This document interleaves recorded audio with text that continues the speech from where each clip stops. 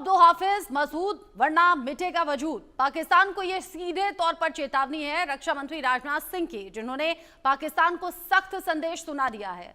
आज गोवा में रक्षा मंत्री ने INS विक्रांत का दौरा किया, नौसेना के अदम्य साहस को सलाम किया। इस दौरान उन्होंने पाकिस्तान को फाइनल अल्टीमेटम भी दे दिया है। उन्होंने दो टूक कहा कि पाकिस्तान ने आतंकवाद की नर्सरी को अगर नहीं उखाड़ा तो उसका अंजाम भगवान ही जाने की क्या होगा। 1971 में तो पाकिस्तान के सिर्फ 2 टुकड़े हुए थे, अब किसी दुस्साहस का अंजाम 4 टुकड़े होगा। अभी तो सेना और वायुसेना ने ही वार किया था, लेकिन अब पाकिस्तान ने कोई भी जुर्रत की तो स्ट्राइक की ओपनिंग अब की बार नेवी करेगी और पाकिस्तान को ऐसी सजा मिलेगी जिसकी कल्पना भी उसने दूर दूर तक की नहीं होगी। इधर पीएम मोदी ने भी साफ तौर पर कह दिया कि ऑपरेशन सिंदूर अभी खत्म नहीं हुआ है, यानी कि संदेश साफ है, अगर पाकिस्तान नहीं सुधरा तो आतंकिस्तान में मलबे और गड्ढे ही नजर आएंगे। लेकिन सवाल ये कि क्या भारत की सख्त चेतावनी के बाद पाकिस्तान आतंकियों को पनाह देना बंद करेगा? क्या आतंक की नर्सरी को उखाड़ फेंकेगा? आज इसी मुद्दे पर बात होगी। कई खास मेहमान भी साथ में जुड़ेंगे, लेकिन इससे पहले रिपोर्ट। पाकिस्तान के हक में यही बात होगी कि वह अपनी जमीन पर चल रही आतंकवाद की नर्सरी को अपने हाथों से उखाड़ फेंके। इसकी शुरुआत उसे हाफिज सईद और मसूद अजहर जैसे आतंकवादियों को भारत के हाथों में सौंपने से करनी चाहिए।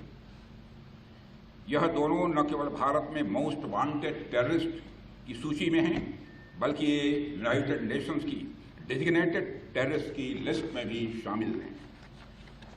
हाफिज सईद मुंबई हमलों का गुनाहगार है, कौन नहीं सच्चाई को जानता है। जिन लोगों ने पाकिस्तान में बैठकर हमारी बहनों का सिंदूर उजाड़ा था, हमारी सेना ने उनके ठिकानों को खंडहर में बदल दिया है कि हर आतंकवादी हमले का जवाब इतनी ही तत्परता और इतनी ही कठोरता से दिया जाएगा। वो नीति के तहत हमने 7 तारीख की रात को पाक ऑक्यूपाई कश्मीर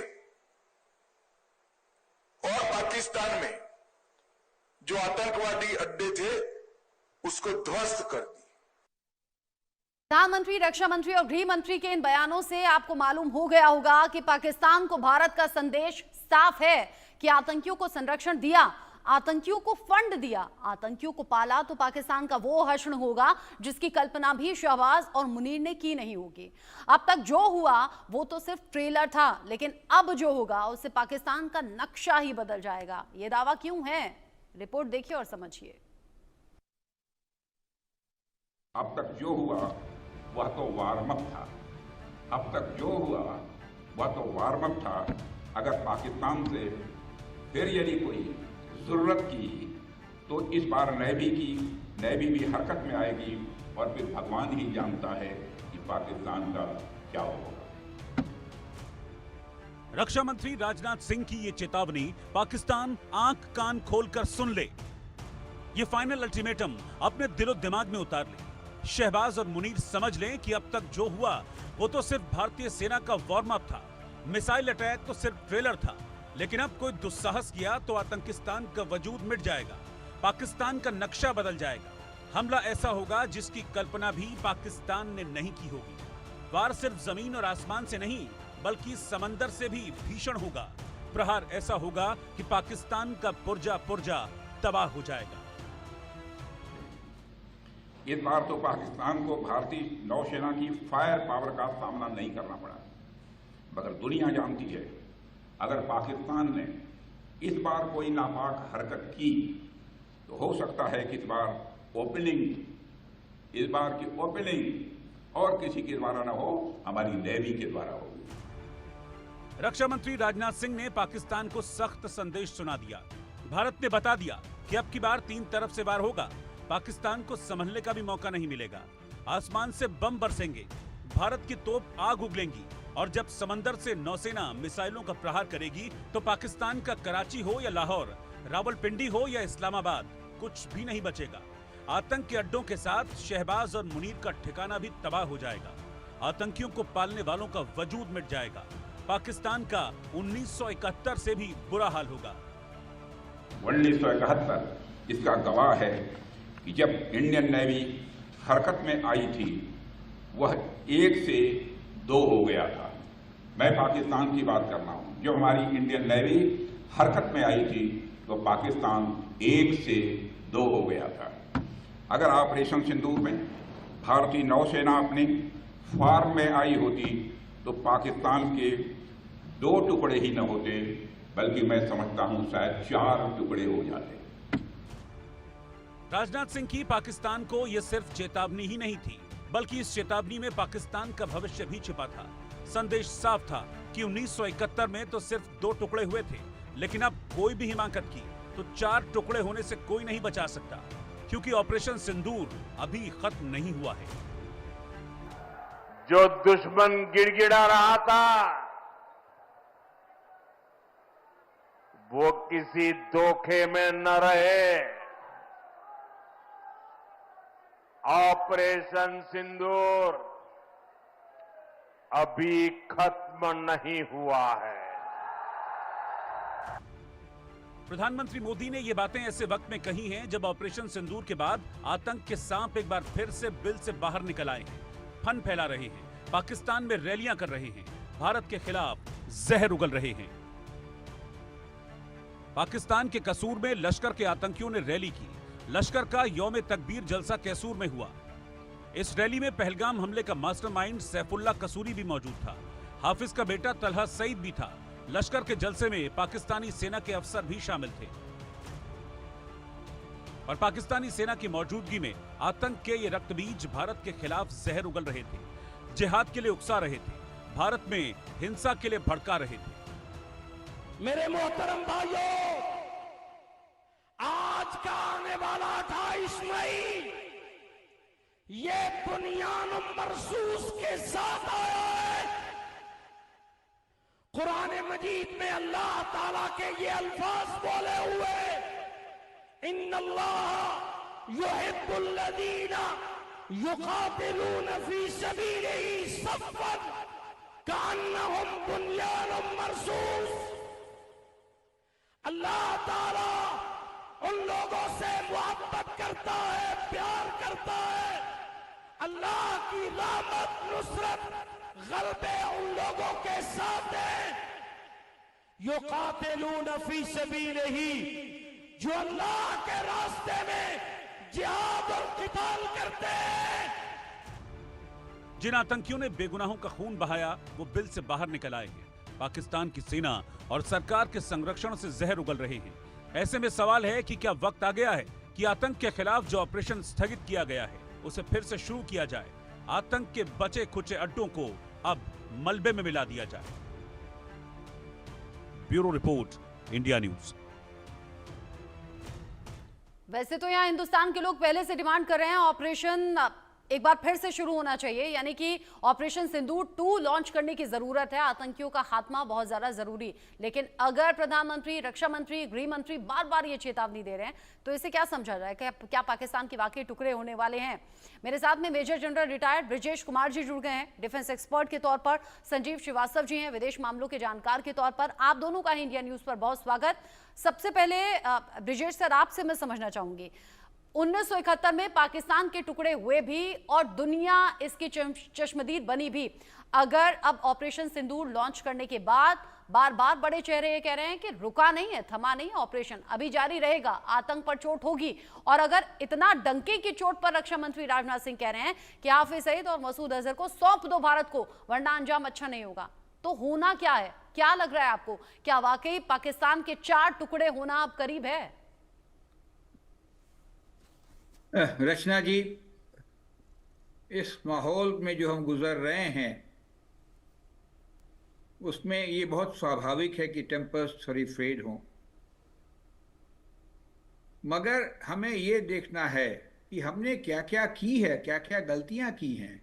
1971 में जब हमने पाकिस्तान का विभाजन कर दिया था, एक सोच हो गई थी कि शायद इस समस्या को हमने हमेशा के लिए सुलझा लिया है, लेकिन शायद वैसा हुआ नहीं। जब हमारे पास में 93,000 प्रिजनर्स ऑफ वॉर थे, उनके आर्म फोर्सेस के,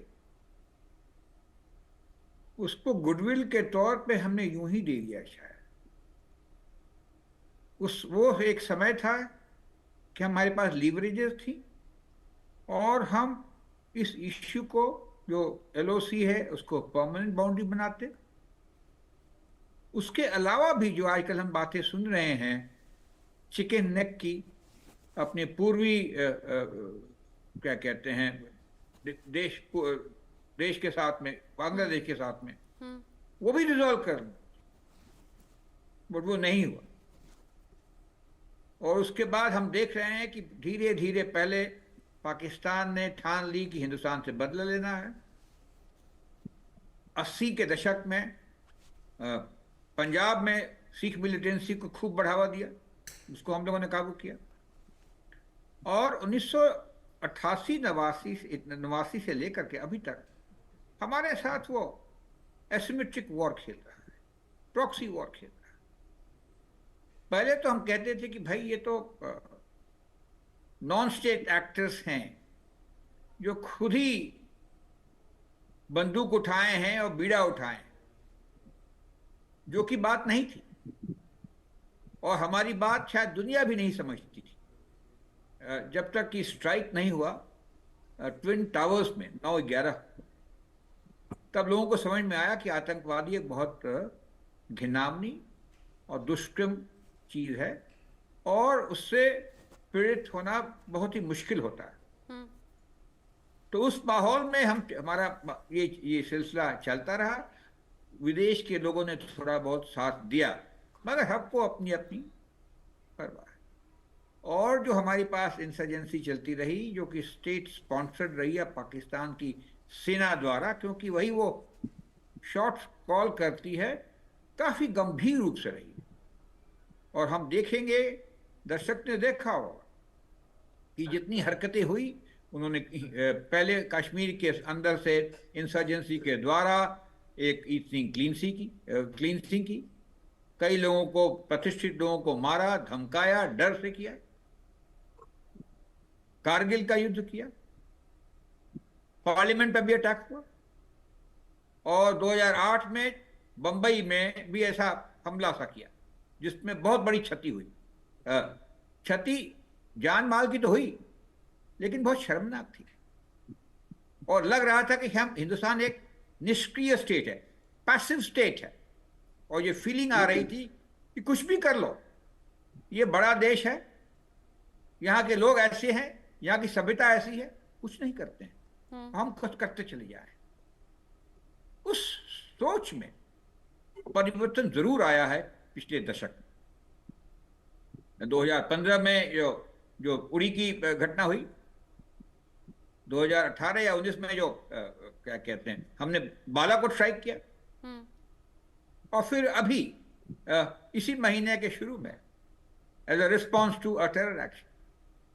तो दोनों भी बात में, स्केल में और मैग्नीट्यूड में हमने कुछ दृढ़ता दिखाई है। हमने का मतलब है, आजकल के लड़ाई में फौज ही नहीं लड़ती है, फौज तो लड़ती ही है, साथ साथ सारा योगदान देशवासियों का होता है, लीडरशिप का होता है, स्ट्रेटेजिक कम्युनिटी का होता है, साइंस एंड टेक्नोलॉजी का होता है। और इन सभी का परिचय हम लोगों ने दिया। ये जो 2.5 दिन या 3 दिन की जो हमने जो उसके ऊपर में एक प्रहार सा किया, और बहुत ही अच्छे तरीके से, बहुत नुआंस तरीके से यह जो हमने किया।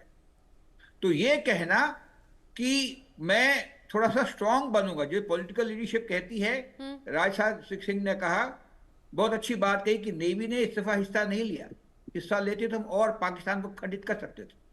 लेकिन दूसरी बात जो कही, हमको लगा वो थोड़ी सी शैलो रही। हम क्या करेंगे हाफिज सईद को लेकर?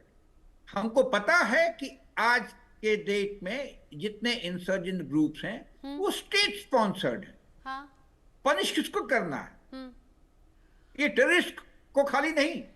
ब्रिजेश सर, लेकिन तो वो आपके हिसाब से क्या institution- होना चाहिए? आपके हिसाब से क्या होना चाहिए? आप कह रहे हैं 1971 में भी वही गलती मैं कर दी। बता रहा हूं। आप कह रहे हैं कि आतंकियों को लेकर हम क्या हमें- करेंगे? इस बीच आलोक सर भी जुड़ गए हैं, एडिटोरियल डायरेक्टर ITV ग्रुप। आलोक सर, आपका भी बहुत स्वागत है। ब्रिजेश सर, आप अपनी बात पूरी कर लें। मतलब आपके हिसाब से क्या लगता है, क्या होना चाहिए अभी? देखिए, राइट, हमको पाकिस्तान को डेटर करना, कोई धमकी नहीं करना, कोई बराबरी नहीं करना। वो हमसे छोटा देश है, हर एक तरीके से छोटा है।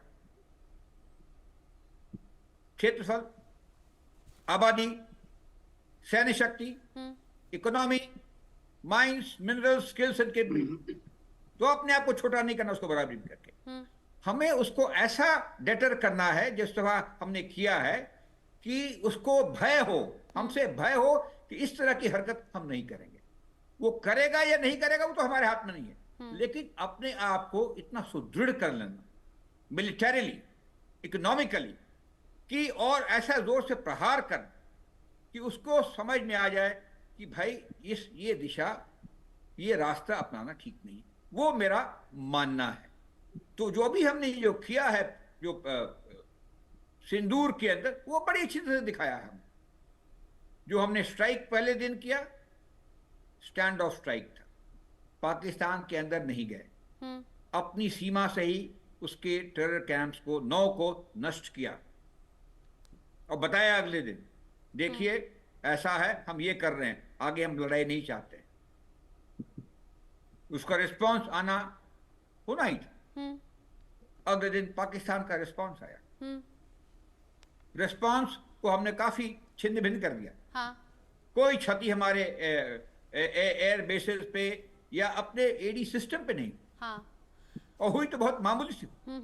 मैं समझ सकती हूँ पाकिस्तान को लेकर जो आपका अग्रेशन है, वो जो आपके अंदर एक फौजी है वो बोल रहा है और आप चाहते हैं पाकिस्तान का इलाज पक्का हो। लेकिन आलोक सर, जो अभी पिछले कुछ दिन में हम भारत के बड़े शहरों में, जिनमें प्रधानमंत्री हैं, रक्षा मंत्री हैं, साथ ही गृह मंत्री हैं, अगर ये बार बार पाकिस्तान को भारत की जमीन से ललकार रहे हैं और अब तो भारत के 4 टुकड़े करने की बात भी कह दी है और आतंकियों को सुपुर्द करने के लिए कहा जा रहा है, अगर ये काम अमेरिका कर सकता है तहव्वुर राणा के तौर पर, तो क्या पाकिस्तान को भी ऐसा करके अपनी जान बचा लेनी चाहिए? या फिर आपको लग रहा है ये फाइनल कॉल है, इस बार पाकिस्तान का इलाज पक्का होगा? ऐसे कुछ इंडिकेशन समझे क्या? फैसला जी, मैं जैसा मैंने कहा कि मैं बहुत इज्जत हमेशा करता हूं सेना के वजह से हम लोग आप सुरक्षित हैं। तो हमारे मेहमान ने उन्होंने जो कुछ कहा उनसे बिल्कुल मैं काफी हद तक सहमत हूं। लेकिन मैं थोड़ा 2-3 पहलुओं पर, जैसे राजनाथ सिंह जी प्रधानमंत्री, तो आज भी आपने देखा होगा कानपुर में अभी कुछ मिनट पहले ही वो बोले हैं, वहां भी उन्होंने चेतावनी दी है, जहां गए हैं, जिन प्रदेशों में जा रहे हैं, तो ये जनता साथ में लड़ रही। देखिए, लड़ाई सेना अकेले नहीं लड़ती, सरकार नहीं, और उसमें जनता के हित, उसके हार्दिक, उसकी तरफ 2 दिन पहले रिपोर्ट आई, इतने बड़े ऑपरेशन के बाद हो सकता है दुनिया कहती है आप कैसे वहां घुस गए। पाकिस्तान की ऐसी लॉबी थी रचना जी, मुझे एक बार, मैं नाम लेके आप कह सकता हूं, बल्कि यहाँ उस समय के जो देश सचिव अभी हैं भारत में, आप कभी कोई उनसे मिले तो ये पूछ सकता है कि पहले पाकिस्तान ब्रीफ कर रहा है न्यूयॉर्क में और भारत का पक्ष ठीक से नहीं आ रहा है। उस समय में गुजराल साहब प्रधानमंत्री थे और मुझे उस विदेश सचिव से मैंने और वहां पर, मैं आमतौर पर वैसा व्यवहार नहीं करता हूँ, थोड़ा बहुत आप मुझे जानती होंगी, मैंने ऐसा शोर मचाया जैसे पूरे लोग समझा पता नहीं कुछ हंगामा हो गया है। मेरा अनुभव यही था कि भाई आप भारत का पक्ष नहीं आता। ऐसी लॉबी में दुनिया का कोई देश ऐसा नहीं कह रहा है कि निंदा कर दे, हम भारत की कह दे कि साहब भारत ने गलत काम किया, रावलपिंडी में जाकर के कर दिया, वहां तो उनके सब फौजी मारे जाते, मंत्री मारे जाते, प्रधानमंत्री मारा जाता। उस इस्लामाबाद के वहां पर जाकर के मारा, तो एक अंतर ये है उसमें, इसीलिए प्रधानमंत्री लोग, कांग्रेस को बहुत तकलीफ हो रही है। अभी मैं थोड़ा सा राजनीतिक विवाद आज जब नहीं बात कर रहे, लेकिन मैं फिर भी ध्यान दिलाऊंगा, क्योंकि अपने दर्शक जो सोचते हैं वो सोचते हैं हम डिफेंस के खाली एक अनुकूल बात क्यों मजबूत है, क्योंकि मैं खाली गहराई से उन सब सरकारों को, जैसा मैं पहले भी कहता रहा हूँ, इंदिरा गांधी के, राजीव गांधी को, अमेरिका से रिश्ते, चीन से रिश्ते, पाकिस्तान से रिश्ते, सब पर बात करते रहे, होके भी आया हूँ, उन्हीं समय में वहां बातचीत के समय रहा हूँ, हर प्रधानमंत्री राष्ट्रपति लगभग। इसी स्थिति में मेरा ऐसा मानना है कि देखिए ये ऐसा नहीं, हाँ अपने लोगों में उत्साह रहे कि उसको टुकड़े होंगे, ये तो नहीं कह दिया कि हम कल जाकर के उसको केक की तरह कश्मीर ले आएंगे। हम स्टेप बाय, अदालत क्या करती है, हम न्याय के पक्षधर हैं, भारत अन्याय का पक्षधर नहीं है। इसकी तुलना इराक ईरान से नहीं हो सकती। इसकी तुलना अमेरिका ने वियतनाम में 17 साल लड़ाई की, वियतनाम ले गया क्या? वो वियतनाम में आज है अमेरिका का अधिकार। तो ये कहना कि कल जाकर के हम पाकिस्तान में बैठ जाते या बांग्लादेश में बैठ जाते, उस समय हमारी आर्थिक स्थिति क्या थी? उस समय तो अमेरिका हमारे खिलाफ बेड़ा लेके आ गया था, तब ठीक है। उसके बाद भी हम और शहीद हो जाते 10 लाख लोग। या हम जो विस्थापितों को नहीं खाना दे पा रहे थे, 1 लाख उनके जो हथियार फेंक दिया, तो कहते जाओ ठीक है, ये हमने दया की है, ताकि वो उसके बाद तो बांग्लादेश बन ही गया था। ऐसी स्थिति में पुरानी किसी परिस्थिति, हाँ एक ही उदाहरण इतिहास में जो मुझे थोड़ा बहुत समझ में आता है, चीन और जापान जितने करीब थे और जितनी जातियां हुई, वो चीन और जापान के जो पुराने हैं, अब धीरे धीरे घाव कम हो गए, लेकिन वो आज भी खत्म नहीं हो रहे। उनमें भी कोई ऐसा नहीं, अभी भी कुछ बॉर्डर को लेकर झगड़ा होता है। तो हमारा जितना करीबी वो एक हिस्सा रहा है, जैसे ईस्ट और वेस्ट जर्मनी का मामला भी अलग है। वहां मैं रहा हूं जर्मनी में, मेरे सामने मैं जब गया हूं, वो मैंने विभाजित जर्मनी भी था, और बाद में वो जर्मनी जब एक हो गया तब भी गया, जब विभाजित था तब तो रहा हूं। उस समय की यात्रा देखी, इतनी कटुता थी परिवार में भी। यदि कोई कहे कि रचना जी कहीं जाकर के कम्युनिस्टों से बात किया है, तो वेस्ट जर्मनी जो डेमोक्रेटिक कंट्री था, आज यहाँ आकार है, क्यों जासूस कह रहे हैं? आप कोई रिकॉर्ड निकाल लीजिए, वेस्ट जर्मनी में, ईस्ट जर्मनी के, ईस्ट में तो था ही कम्युनिस्ट राज था, वहां तो कर ही देते थे कि तुम यदि जर्मन की तरफ मिल रहे हो। पति पत्नी भी यदि दूसरी तरफ है, और उन्होंने बॉर्डर पर जाकर के, बहुत बड़े स्कॉलर थे वो बेचारे, बॉर्डर से जाकर के हाय हेलो करते थे। तो लेकिन उनका एकीकरण एक अलग स्थिति थी। अब युद्ध है, परमाणु उसके पास भी है, मिसाइल उसके पास है, तो हम ये नहीं चाहते कि वहां के लोग मरे। न्याय के लिए ये कहा गया है कि दुनिया में यूएन में जाएं, कहीं जाएं, भारत के पक्ष को कोई झूठा नहीं कह सकता। इसलिए सर्वदलीय दल वहां पर है। जयराम रमेश अलग बात है कि वो तुलना करते हैं कि आतंकवादी और सांसद एक उधर घूम रहे हैं। वो घूम नहीं रहे हैं, वो भारत का प्रतिनिधित्व कर रहे हैं, और आतंकवादी रोज मारे जा रहे हैं। मैं इसलिए कह रहा हूं कि इसलिए देश में भावना जगाने की जरूरत है। जो भारत विरोधी है, जो गद्दार है, वो विभूषण नहीं है, वो गद्दार जो है, उस पर कठोर से कठोर कार्रवाई। जासूस है, उसको तो जेल में डाला जा रहा है, आज फिर पकड़ा गया, हमारे चंद्र ने अभी दिखाया आधा घंटे पहले। इसलिए मेरा ऐसा मानना है कि तुलना उन देशों से न की जाए। धैर्य के साथ लड़ाई लड़े। टुकड़े का मतलब है, सिंध तो हो सकता है कि बांग्लादेश से पहले हम आजाद कर सकते थे, ये भी मैं आपको कह सकता हूँ, रिकॉर्ड निकाल लीजिए। उस समय भी सिंध में इतना विद्रोह था, बाद में धीरे धीरे वहां के लोग, प्रधानमंत्री बन गया भुट्टो, तो वो तो और भारत के खिलाफ हो गया बाद में। वरना बेनजीर भुट्टो भी उसी तरह की थी जैसे शेख हसीना, यदि वो चाहती तो बहुत ज्यादा अच्छे संबंध हो सकते थे। लेकिन बेनजीर को भी इतना भड़काया गया, वो उनके अपने कारणों से मारी गई खुद वहां। तो आज बलूचिस्तान, सिंध अलग होगा, पंजाब अलग रह जाएगा, उसमें वो खुद ही टुकड़े होंगे। उसमें जहां कहीं उनको मान्यता देने की आपकी बातों से इतना जरूर मुझे समझ में आ गया कि 1971 में जो हुआ था वो उससे पहले हो सकता था, लेकिन राइट टाइम का इंतजार किया गया, और शायद वही राइट टाइम का इंतजार अभी हो रहा है। लेकिन हाँ, चेताया जा रहा है पाकिस्तान को कि अभी भी सुधर जाओ, वरना हश्र बुरा होगा। ये तो सिर्फ ट्रेलर देखा, पिक्चर अभी बाकी है। इन सब के बीच ही कानपुर में आज सीएम योगी आदित्यनाथ ने बड़ी बातें कही। कानपुर दौरे पर ही पीएम मोदी भी पहुंचे हुए थे। ऑपरेशन सिंदूर से दुनिया ने भारत की ताकत देखी है। ऑपरेशन सिंदूर न्याय का अटूट संकल्प है, ये योगी आदित्यनाथ ने कहा। साथ ही उन्होंने कहा कि भारत ने पाकिस्तान को करारा जवाब दिया है, और इस जवाब की चर्चा सिर्फ पाकिस्तान नहीं, दुनिया कर रही है। एक बार सुनिए। प्रधानमंत्री जी के द्वारा 10 वर्ष पूर्व प्रारंभ किए गए मेड इन इंडिया की उस ताकत का भी एहसास दुनिया को कराता है, जो इस बार ऑपरेशन सिंदूर के माध्यम से दुनिया ने देखा है। यह आत्मनिर्भर भारत की सफलता का भी एक बेहतरीन उदाहरण है। आदरणीय प्रधानमंत्री जी का यह कथन कि ऑपरेशन सिंदूर न्याय का एक अटूट संकल्प है, यह हर भारतीय के दिल की भावना और देश के दृढ़ निश्चय को भी दर्शाता है। आदरणीय प्रधानमंत्री जी, आपके यशस्वी मार्गदर्शन और नेतृत्व पर हर भारतवासी गौरव की अनुभूति करता है। ये सीधे तौर पर पाकिस्तान के लिए कड़ा संदेश है। संजीव श्रीवास्तव जी, भारत पाकिस्तान टेंशन के बीच में आईएमएफ ने पाकिस्तान को कर्ज दे दिया। ये एक जीवन दान जैसा था। जिस वक्त पाकिस्तान एकदम भिखारी बना हुआ था, मैं अभी 2 दिन पहले ही पढ़ रही थी, सिर्फ हथियारों के तौर पर जो नुकसान पाकिस्तान को हुआ है वो 7,900 करोड़ से ज्यादा का है। बाकी तो जो कूटनीतिक फैसलों की चोट है या बाकी जगह चोट है वो हिसाब अलग है। लेकिन अभी एक और अपडेट भी कि कर्ज चुकाने के लिए शहबाज शरीफ एक बार फिर से कर्ज लेने की तैयारी में, और इस बार चीन पाकिस्तान को जून के आखिर तक 3.7 अरब अमेरिकी डॉलर यानी कि 32,000 करोड़ रुपए का अतिरिक्त कर्ज देने की तैयारी कर रहा है।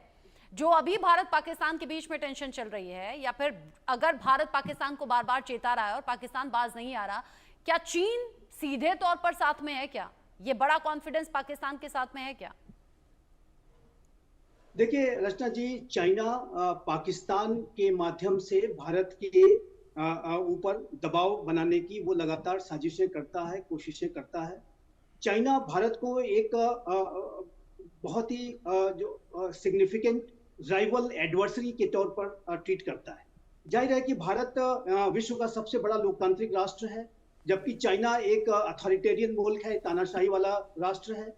और जाहिर है कि भारत की जिस तरीके की प्रतिष्ठा, जिस तरीके का भारत का स्ट्रेटेजिक इन्फ्लुएंस, इकोनॉमिक इन्फ्लुएंस पूरे विश्व में बढ़ रहा है, उसको लेकर के भी चाइना बेहद दबाव में स्वयं रहता है। और ऐसे में वो भारत के उत्थान को, भारत के विकास को, भारत की प्रगति को रोकने के लिए वो भारत के छोटे पड़ोसी राष्ट्रों के माध्यम से भी घेरता है। और पाकिस्तान को तो चाइना ने अपनी जद में ले रखा है। 62 बिलियन डॉलर से भी ज्यादा की जो राशि है वो चाइना पाकिस्तान इकोनॉमिक कॉरिडोर के तहत, जो कि उसके बेल्ट एंड रोड इनिशिएटिव के औपनिवेशिक प्लान का ही हिस्सा है, उसके तहत दे रखी है। और उसके अलावा भी जब कभी भी पाकिस्तान इस तरीके के कर्ज के कटोरे को लेकर के जाता है तो उसमें वो जरूर पैसे डालता है। तो हर तरीके से अगर देखें तो चाइना पाकिस्तान में अपना प्रभुत्व को लगातार बढ़ा रहा है। और हमारी जो टेरिटरी पाकिस्तान ऑक्युपाइड कश्मीर और गिलगित बल्तिस्तान में वो अपने प्रोजेक्ट्स भी चला रहा है, सीपीसी के प्रोजेक्ट पीओके से होकर गुजरते हैं। तो ये जो चाइना की जो साजिशें हैं वो पाकिस्तान के अंदर अपने प्रभाव को बढ़ाने के लिए भी हैं और पाकिस्तान के माध्यम से भारत को घेरने के लिए भी है। और इसको लेकर के भारत को लगातार अपने आप को सतर्क ही नहीं बल्कि तैयार करके रखना होगा। मैं ये हमेशा से ये कहता हूं कि आने वाले वर्षों और दशकों में भारत को चाइना को वेस्टर्न फ्रंट पर भी डील करने के लिए अपने आप को तैयार करना होगा। नॉर्दर्न फ्रंट पर तो उसका जो चैलेंज है, उसकी जो कुदृष्टि है, वो भारत के टेरिटरीज के ऊपर जो अपनी कुदृष्टि रखता है, वो सारी बातें तो अपनी जगह है। पाकिस्तान के माध्यम से भी वेस्टर्न फ्रंट पर भी वो चैलेंजेस अपने मिलिट्री के माध्यम से भी वो पेश कर सकता है। उसके लिए भी हमें तैयार रहने की आवश्यकता है।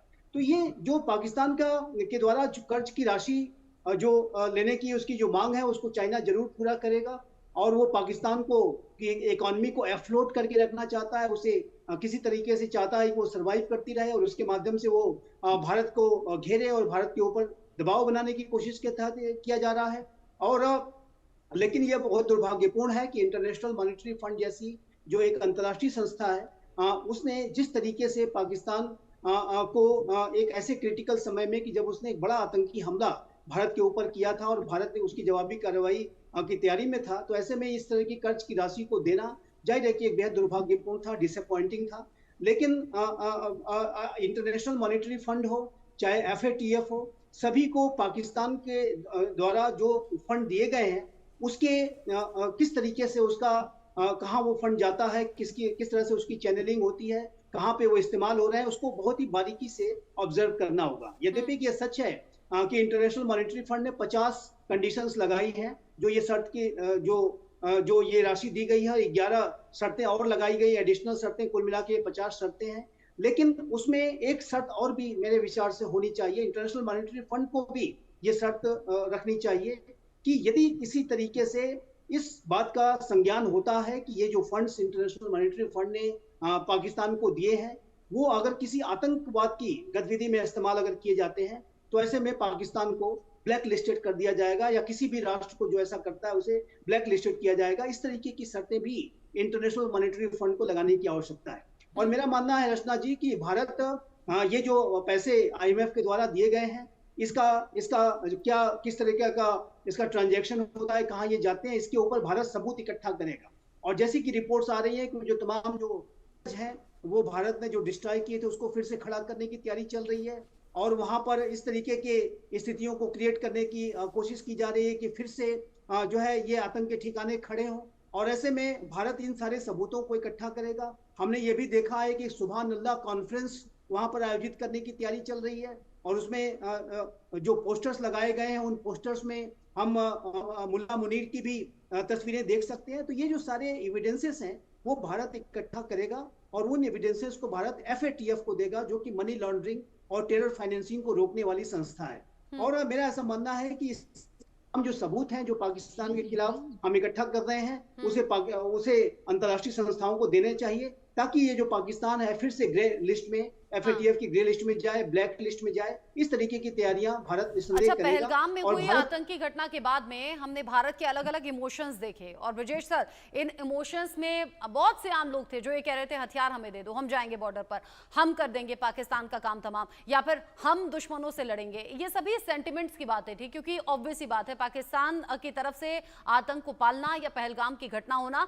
ये लोगों को बहुत ज्यादा दुखी भी कर रहा था, परेशान भी कर रहा था, गुस्सा भी था। आम लोगों के जरिए कही गई बात हम सोच सकते हैं कि इमोशनल होकर बोल दी या सेंटिमेंटल होकर बोल दी, लेकिन अगर रक्षा मंत्री राजनाथ सिंह ये कह रहे हैं कि 1971 में 2 टुकड़े हुए थे, इस बार 4 होंगे, ऐसे शख्स के जरिए अगर ये टिप्पणी की गई है तो क्या कोई प्लानिंग है जो कि बैकडोर से चल रही है और कभी भी इंप्लीमेंट हो सकती है? देखिए, इंटरनेशनल डिप्लोमेसी में और नेशन स्टेट की जो हिस्टोरिकल साइकिल है वो चलती रहती है, और खासकर आपके अगर प्रतिद्वंदी हो तो कई तरह के प्लानिंग्स होती रहती हैं। वो प्लान फिक्स नहीं होते हैं, जैसे टाइम एक वेक्टर है उसको बदली करते रहते हैं। स्वाभाविक है, आजकल की जो लड़ाइयाँ भी हैं दो देशों के बीच में, उनके कॉम्प्रिहेंसिव नेशनल पावर या कॉम्प्रिहेंसिव नेशनल स्ट्रेंथ के हिसाब से किया जाता है। उसमें आर्मी और आर्म फोर्सेस एक इम्पॉर्टेंट हिस्सा है, लेकिन साथ साथ इकोनॉमी, खुशहाली, minerals, science and technology, industrialisation और एक दूसरे इंटरनेशनल रिलेशनशिप का भी एक उसके अंदर में रोल प्ले करता है। तो इन सब चीज़ों को अगर हम देखते हैं तो पाकिस्तान हमसे काफ़ी वीकर नेशन है, हालांकि वो हमको तंग करने की कोशिश रखता है, कम करने के उसके पास कैपेबिलिटीज हैं जो कि पीरियडिकली कुछ ना कुछ वो करता रहता है। लेकिन सामान्य तरीके से हम नहीं चाहेंगे कि हमारा फोकस जो है अपनी मेन प्रतिद्वंदी है, इसके बारे में जिक्र भी किया गया है, वो हमारा नॉर्दर्न नेबर है, उससे हमारा हट जाए। पाकिस्तान तो एक ट्रेलर है, पाकिस्तान तो एक बंदर है और उसका मदारी है चीन। ये हमको समझना पड़ेगा, तो पाकिस्तान से तुलना नहीं करनी है। हाँ, इस माहौल में जाके इमोशंस बढ़े हुए हैं, उसने इस तरह की घटना की है जो कि बहुत ही गंदी है, तो स्वाभाविक है हम चाहेंगे उसके टुकड़े हो जाएं। और हमारी पॉलिसी वैसे भी लगी रही है कि पाकिस्तान धीरे धीरे एक डाउनहिल दशा में चले। एक ये तरीका हम अपनाते रहे हैं 90s, 2000 और उसके बाद में हमारी डिफेंस एक्सपेंडिचर की तुलना में अगर पाकिस्तान खर्चा करता है, वो करीब देश है, उसकी मुश्किलें ज़्यादा हैं, तो स्वाभाविक है उसकी दिक्कत बढ़ती जाएगी। लेकिन एक बात सही है, हमारे पास में भी हमारा डिफेंस के ऊपर जो एक्सपेंडिचर है आज के डेट में भी 1.9%। अगर हम तुलना करें तो 1962 के समय भी लड़ाई के पहले चीन के साथ करीब इतनी थी। इसको तो बढ़ाना ही पड़ेगा। कोई अगर मिलिट्री कैपेबिलिटी हमको बढ़ानी है, जो कि आवश्यक है, टेक्नोलॉजी का इन्फ्यूजमेंट करना है और सैटेलाइट्स और नेविगेशन का सिस्टम का लेना है, ये नए नए चीज़ें करना है, जो आत्मनिर्भर भारत करना है, तो स्वाभाविक है इस राशि को, हमारे एक्सपेंडिचर को बढ़ाना पड़ेगा, तभी हम सक्षम हो सकते हैं। और उस बढ़ाने के लिए इकोनॉमिक एक्टिविटी भी ग्रोथ होना चाहिए। हमारा जो हम GDP हम प्रोड्यूस करते हैं उसकी संख्या को बढ़ानी चाहिए। तो इस माहौल के अंदर हम सब लोगों का श्रेय बनता है, सिर्फ ना कि पॉलिटिकल लीडरशिप का, बाकी सब लोगों का अपना हम अनुदान दें, अपना योगदान दें, ताकि देश तरक्की कर सके। इकोनॉमी में तरक्की करेगी, हमको ज़्यादा पैसा मिल पाएगा डिफेंस के बाद। वो बढ़ेगा, हमारी ट्रेड बढ़ेगी, हमारी साइंस एंड टेक्नोलॉजी बढ़ेगा, तो हमारा जो कॉम्प्रिहेंसिव नेशनल स्ट्रेंथ हिंदुस्तान का है वो बढ़ेगा। और एक दिन में नहीं बनता है। अगर देखें आत्मनिर्भर भारत की भी 4 साल 5 साल पहले हमारी निर्भरता इंपोर्ट के ऊपर में करीब 85% थी। इसका मतलब आर्म्स, एम्युनिशन, हवाई जहाज, टैंक्स, गन्स, शिप्स हम बाहर से इंपोर्ट करते। जब इसके ऊपर हमने थ्रस्ट डाला है पिछले 5-7 सालों में, अब ये घट के 74-75% आ गए। तो ये काम बहुत लंबा है, काम बहुत बाकी है, और ये इसका जेस्टेशन पीरियड पैसे का भी और समय का भी इस बीच जब पाकिस्तान के टुकड़े टुकड़े होने की बात हो रही है, तो मेरे साथ में जुड़ गए हैं डॉक्टर अमजद अयूब मिर्जा, जो कि पीओके एक्टिविस्ट के तौर पर मेरे साथ में जुड़े हैं। बहुत स्वागत आपका डॉक्टर अमजद अयूब जी। जो सिचुएशन अभी भारत पाकिस्तान के बीच में है, क्योंकि कल ही खबर सामने आई थी कि वो टीटीपी जो बलूचिस्तान में खैबर पख्तूनख्वा में पैर जमा रहा था, वो टीटीपी पीओके में दाखिल हो गया, सीधे पाकिस्तानी फौज से टक्कर ली है, और अब तालिबान और पाकिस्तानी फौज में युद्ध जैसी स्थिति है, क्योंकि टैंक्स भी उतारने पड़े हैं। और ये जो भारत के जरिए बार बार पाकिस्तान को चेताया जा रहा है कि सुधर जाओ, संभल जाओ, आतंकियों को हवाले कर दो, वरना टुकड़े टुकड़े हो जाएगा। इस पूरी सिचुएशन को आप कैसे देख रहे हैं पीओके के लिहाज से भी?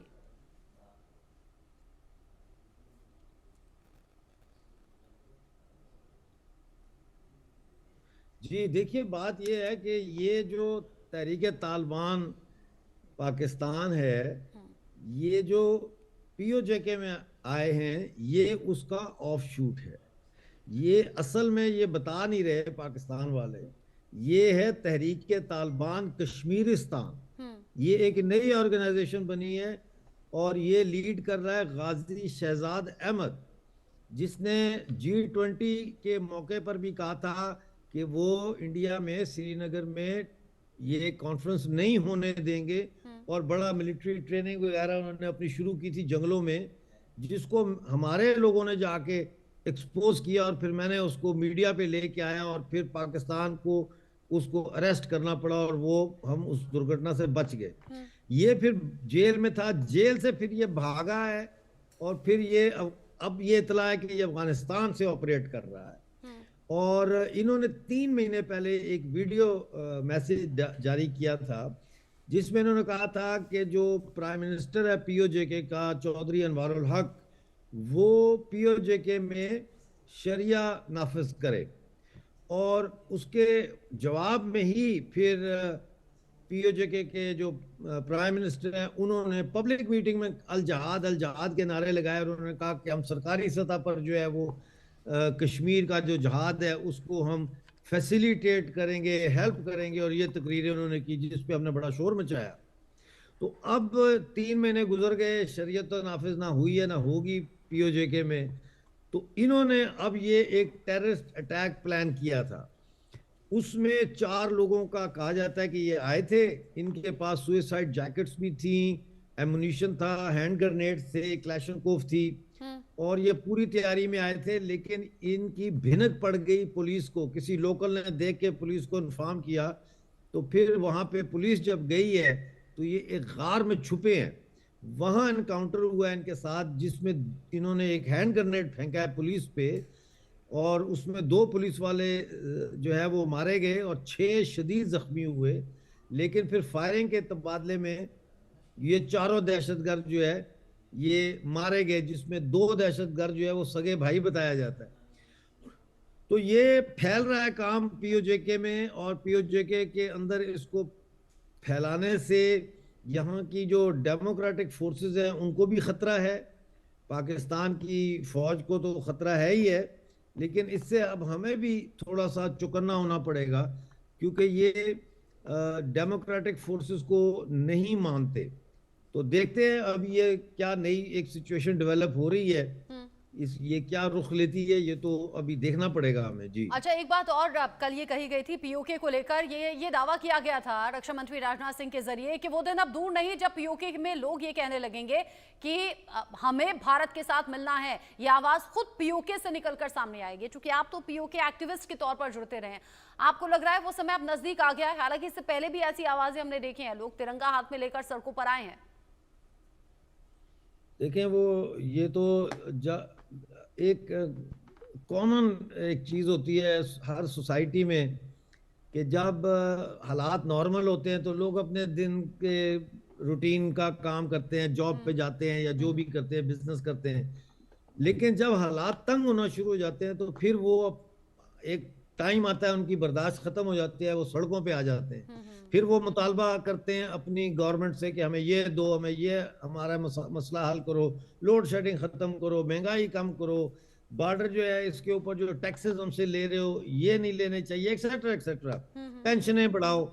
जब उनकी गवर्नमेंट जब तशद्दुद करती है, वायलेंस करती है, लाठी चार्ज, आंसू गैस करती है, गोली भी चला देती है, हाँ। तो फिर वो समझ जाते हैं कि यहाँ से कुछ नहीं मिलेगा, तो फिर वो आगे पीछे देखते हैं।